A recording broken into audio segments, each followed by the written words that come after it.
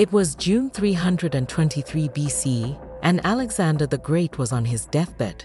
His top generals stood around his bed. He had heavily relied on these generals during his military campaigns. Legend has it that they asked Alexander who he would like to give his throne to after his death. Alexander replied that he would give his throne to the most powerful among his generals. Alexander the Great died on the night between the 10th and 11th of June, 323 BCE. These broken walls belonged to a palace. Alexander the Great probably died in this palace. Nebuchadnezzar II, the famous king of Babylon, had built this palace. He was the same king who had conquered Jerusalem, imprisoned Jews, and destroyed the Temple of Solomon. But now his palace is in ruins. Alexander the Great's kingdom also fell apart like this palace. But what role did Athens play in the fall of this empire? Who raised the flag of Islam over Afghanistan? Who laid the foundations of the current Afghan state? When Alexander the Great died, his Afghan, Bactrian wife, Queen Roxana, was pregnant. Alexander's close associates believed that Queen Roxana would give birth to a son. The boy would inherit Alexander the Great's kingdom after him. But there were some people who pointed out that Roxana was not Greek. They said that her child wasn't the legitimate heir to Alexander. The Greeks considered Asians to be barbaric and uncivilized. Since Queen Roxana was not Greek, many Greek commanders and elites did not like her. But in Greek culture, children were the traditional heirs of their fathers. So Roxana's unborn child had a stronger claim to Alexander's throne. Alexander had also recruited a large number of Afghans, Bactrians, into his army. These Afghan, Bactrian soldiers were loyal to the queen. They supported Queen Roxana's claim to the throne. But Roxana's expected son needed a guardian to rule the vast kingdom. Somebody had to govern in his place until he grew up. The question of a guardian remained even during the last rites of Alexander the Great. His generals were still indecisive over the issue of succession. After much deliberation, they found a solution. They decided to enthrone both Queen Roxana's son and Alexander's half-brother, Arrhidaeus, who was mentally handicapped. They were both to be made joint rulers, but their rule was only symbolic. Alexander's 4 generals were the real rulers. That is how the matter was settled. Sometime later, Roxana gave birth to a son. The son was named Alexander IV. Alexander's half-brother was given the title of Philip Ei. So the Greek generals controlled the empire in the name of these 2 symbolic rulers. But the arrangement lasted only 2 years. The Greeks didn't like Queen Roxana because of her Afghan background. They could not accept her son Alexander IV as their ruler for long. Some generals themselves dreamed of becoming kings. They did not want to be subjected to a child and a mentally handicapped person. Greek generals also differed over governing issues. In 321 BC, just 2 years after Alexander's death, the situation took a deadly turn. A civil war broke out in the Greek Empire. This civil war lasted for about 40 years. The civil war divided most of Alexander's empire between 3 of his generals. General Antigonus occupied the Greek mainland. Egypt was ruled by General Ptolemy. General Seleucus had established his rule over parts of modern Turkey, Syria, Iran, Iraq, Afghanistan, and Central Asia. These 3 empires were established by the generals of Alexander the Great on their own after this civil war. Alexander the Great's Afghan bride, Roxana, and his son were also killed, probably in 310 BCE. Thus, Alexander the Great's bloodline was erased. Now the Afghans had to submit to the rule of the Seleucid Empire. At the same time, before the end of the Greek Civil War, the Greeks lost much of present-day Afghanistan. When the Greek Civil War broke out in 321 BCE, another powerful empire emerged in neighboring India. It was called the Maurya Empire. Chandragupta Maurya was the founder of this empire. But when it emerged, large parts of northwestern India, or present-day Pakistan, which had been conquered by Alexander the Great, was still under Greek occupation. There were also some Greek troops stationed here, especially in Taxila, also known as Takshila. The presence of foreign forces on Indian soil was not a moment for Chandragupta Maurya. He also wanted to expand his empire, so he attacked Taxila, defeated the Greeks, and forced them to leave India. Thus, northwestern India became independent from the Greeks. After defeating the Greeks, Chandragupta Maurya conquered most of India. He made Patapatra, or present-day Patna, his capital and ruled over India. But the growing power of the Maurya Empire became a problem for the Greeks. Alexander the Great's former general, Seleucus, was not ruling a large part of Afghanistan. The Mauryan Empire posed a threat to his Afghan territory. He had another desire. He wanted to take back the lost territories of northwestern India from the Mauryan Empire.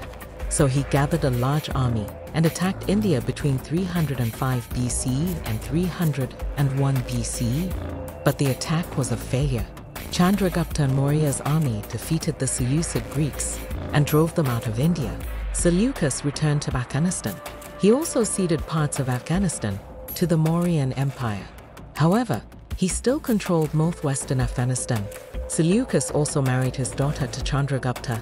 Chandragupta also gifted 500 elephants to Seleucus. After this agreement, Seleucus never attacked India again. However, he made good use of the elephants gifted by the Mauryan Empire. In 301 BCE, Seleucus defeated his rival Antigonus' army in present-day Turkey. General Antigonus I was killed in that battle. This historic battle is called the Battle of Ixus, in which the Indian elephants played a decisive role. After General Antigonus, I, his son Demetrius, I ruled Macedonia. My curious fellow, Chandragupta, died probably in 297 BCE. After his death, the Maurya Empire continued to advance in Afghanistan. At its peak, large parts of Afghanistan, including Kandahar and Kabul, were under Mauryan control. Now, Afghanistan was part of the Maurya Empire. But then, in 268 BCE, there was a great change. This change affected Afghanistan and its culture, along with India. The name of this change was Ashoka. Ashoka was the grandson of Chandragupta. He ascended to the throne at the tender age of 12. He too was fond of conquests like those of his forefathers. But then he fought a state called Kalinga. This state was located in the present Indian state of Orissa. In this battle, Ashoka won, and he also captured Kalinga. But the disaster caused by the battle shocked him. At least 100,000 people were killed, and over 150,000 were displaced. Ashoka walked around the battlefield and saw corpses, screaming wounded, and scattered human pieces. He now hated war. This terrible war turned Ashoka's mind away from war forever. And now he only talks about peace and humanity. He decided never to wage war again. He also converted to Buddhism, which was based on nonviolence. Now you know that powerful kings are the major reason behind the spread of many religions. Powerful kings easily spread the religion of their choice. In the Roman Empire, for example, the Roman Emperor Constantine, I converted to Christianity and spread it. Similarly, Ashoka converted to Buddhism and started preaching Buddhism in every corner of his empire. One of Ashoka's most important steps was to write Buddhist teachings on tablets and install them at various places in his empire. Apparently, his empire included a large area of Afghanistan. Thus, Buddhism began to spread rapidly in Afghanistan under the patronage of Ashoka. Archaeological excavations have uncovered a number of tablets from Afghanistan. These belong to Ashoka's time. Thus, through Ashoka's efforts, Buddhism deepened its roots in Afghanistan and India. Many powerful political groups in Afghanistan also embraced Buddhism after Ashoka. The Mauryan Empire fell in 185 BCE. The local Greeks who settled in Afghanistan gradually replaced the Seleucid Empire and established their own independent Greek kingdom. This new kingdom was called the Greco-Bactrian Kingdom. These Greek rulers ruled Afghanistan until the 1st century BCE. This empire greatly promoted the Greek culture in Afghanistan. In the present province of Takhar, Afghanistan, they also established a city called Khanum. The city also served as the capital of the kingdom for a long time. Remains of the city still exist, and excavations show that the city was built in the Greek style. There were also theaters and places of worship in the city. But then suddenly, this kingdom vanished almost overnight. A sudden historical change came after 40 BCE. Archaeologists have discovered local coins after that era instead of Greek coins. What happened to the Greek kingdom? Historical speculation suggests that perhaps the kingdom was overrun by local and foreign invaders. Some historians used to believe that the Greek rulers were fed up with constant fighting. They left their kingdom and settled in another Afghan province, Nuristan. These people remained non-Muslims until the end of the 19th century. They also followed the Hindu religion, and because of them, the area of Nuristan was called Kafiristan. As in Pakistan, the area of Kailash Valley is called Kafiristan. Similarly, the area of Nuristan was also called Kafiristan. But then it happened that in the 1890s, Afghan Emir Abdul Rahman invaded the area. He allegedly converted the locals to Islam by force. He renamed the area Nuristan, or the Land of Light. But we don't know the actual reason for the fall of the Greco-Bactrian kingdom. However, that Afghans continued to practice Buddhism for another 1,000 years. By this time, however, Hinduism had begun to replace Buddhism in India. There were also followers of Hinduism and Parsi religions in Afghanistan, but the majority religion was Buddhism. This was the period when art and culture flourished under Buddhism in Afghanistan. Here, statues were carved, places of worship were built, and Buddhist religious books were taught in these places of worship. In Balkh alone, there were more than 100 Buddhist places of worship where students could stay. During the same period, huge statues of Buddha were built in the Bamiyan region of Afghanistan. The Taliban destroyed these statues during their previous rule. In short, the rise of Buddhism in Afghanistan was a golden age for Afghanistan. During this period, Afghanistan's ties with China and India became stronger. At that time, Buddhism was also spreading rapidly in China. Therefore, a large number of Afghans used to go to China, besides India, for religious education. One such Afghan Buddhist monk, Hui Shen, traveled with some of his Chinese companions to a foreign land in 458 AD. He called the land Fuzheng. Many historians today believe that Hui Shen may have traveled to the Americas. It all happened about 1,000 years before Columbus discovered the Americas. So Afghans and Chinese Buddhist monks were perhaps the first to visit the Americas. But their visit didn't establish a permanent connection with the Americas. That's why the credit for discovering the Americas goes to Columbus.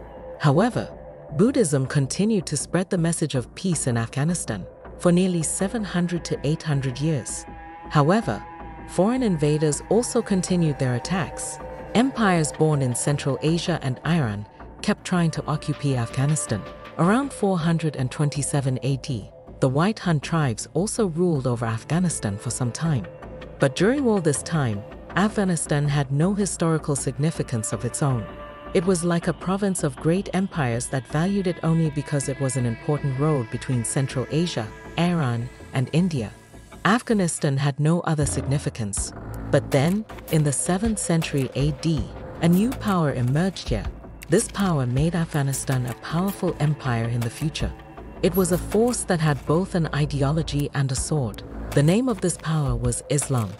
In the 7th century, Islam began to spread during the reign of the caliphs. Afghanistan was under the control of the Sassanid Empire of Iran. Apart from Afghanistan, a large area of Central Asia was also part of the Sassanid Iranian Empire. During the reign of Hazrat Omar Farooq, the Muslims won two major victories against the Sassanids in 636 AD and 642 AD. They occupied Iran and Iraq after these victories. The Iranian Emperor Yazdgerd fled to Afghanistan and took refuge in Balkh. Following them, the Muslim army also entered Afghanistan and occupied Herat and Balkh. Muslims also called Balkh the mother of cities. When Mehmud established the Umayyad Empire in 661 AD or 662 AD, he decided to invade India. He ordered his general, Molab bin Abi Safra, to invade India. Molab was based in the area of Khorasan. He immediately marched to Kabul and then to India. He attacked many areas, from Kabul to Multan. He defeated the local rulers and gained a lot of booty. He then returned to Central Asia via Afghanistan and took part in the occupation of Samarkand. On the other hand, another army of Muslims advanced from the Iranian region of Sistan and attacked Kandahar. According to Muslim historians, the citizens of Kandahar bravely fought the invading army. The Muslims suffered heavy casualties in this battle, but the Muslims were victorious and they occupied Kandahar. Thus, a series of conquests beginning with the four caliphs reached their climax in the Umayyad period, when Afghanistan came under the control of the Muslims for the first time. However, the Afghan people did not quickly convert to Islam. They continued to practice Zoroastrianism, Buddhism, and Shamani religions. Continued to practice their respective religions. The nomadic tribes of Afghanistan, in particular, were not aware of Islamic teachings. This remained the case until the end of the Umayyad Empire.